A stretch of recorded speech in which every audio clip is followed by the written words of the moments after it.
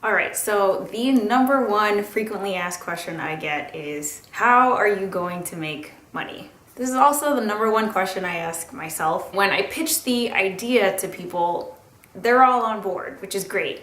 But again, it comes down to, so that's a great idea. How are you going to monetize that? Well, right, but how are you going to generate income? I have a plan. Heather, how are you going to pay your bills? There's a lot of options.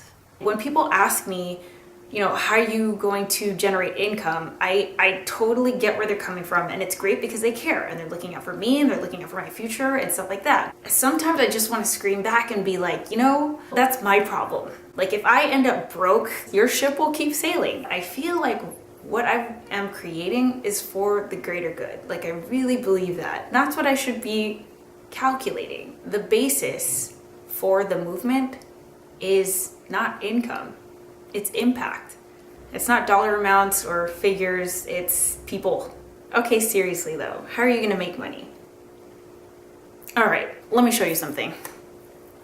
Check out this BuzzFeed article on the 21 reasons prison might not be so bad after all. At first glance, prison seems like the most miserable experience ever. It's like your own personal escapable hell, but in reality, it might not be as bad as you think. Let's read something a little bit more refined. All right, here's a New York Times article on women inmates, why the male model doesn't work. As the number of women inmates soars, so does the need for policies and programs that meet their needs. And if we scroll down, it goes on to have videos and interviews, statistics, research, and other kinds of reporting. So what does this New York Times article and this BuzzFeed article have in common? They're both ads for Netflix, Orange is the New Black. And they're both a certain type of ad called a native ad. And a native ad is a form of paid media where the ad experience follows the natural form of the user experience where it is placed. So when I come to BuzzFeed, I expect to see something entertaining and funny and something that I could share to have a laugh with my friends. That's exactly what this article provides me. There's nothing on here about Netflix and how much it would cost me to watch Orange is the New Black, like your traditional ad. And also, if you go to the New York Times article, this is exactly what I would expect from any article on the New York Times website. And it's not apparent that this is an ad for Netflix, Orange is the New Black. Another quick example of native advertising is this article here, 9 disgusting things you didn't know you've been eating your whole life.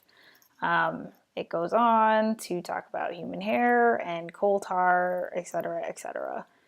This is something that I would probably send to my friends because it's like, oh my gosh, we have been drinking citrus flavored soda our whole lives, and that means we've also been drinking flame retardant.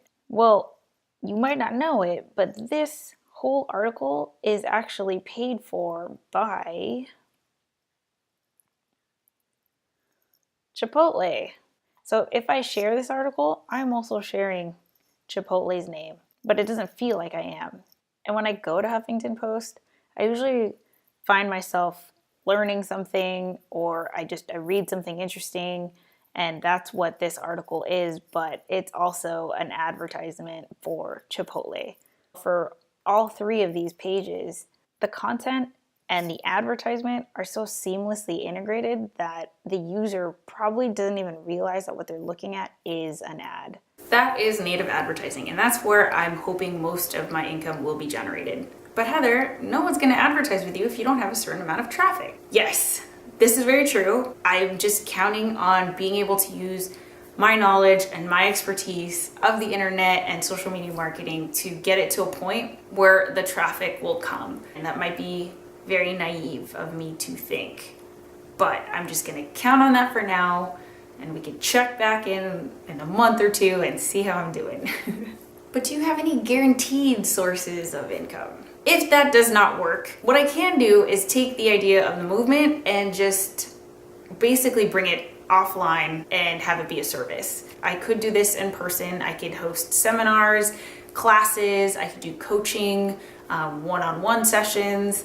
But again, that is putting a lot of time into something that has very minimal impact. It's based online because that will allow me to reach the most amount of people with really the smallest amount of effort. If that doesn't work, I can always go back to my original plan of doing consulting for small businesses and nonprofits. If this doesn't work out, then I just go back to applying for a job. You know, I take this as probably the best learning experience I've ever gone through in my life, and I just move on with my career. I loved what I did for my job. I really like my industry, so it's not like I would be doing something I don't enjoy doing. I think it's still a great option. What's the worst that can happen? I'm just gonna go all in here. I'm just gonna go all in and focus on impact, and that's gonna be my goal.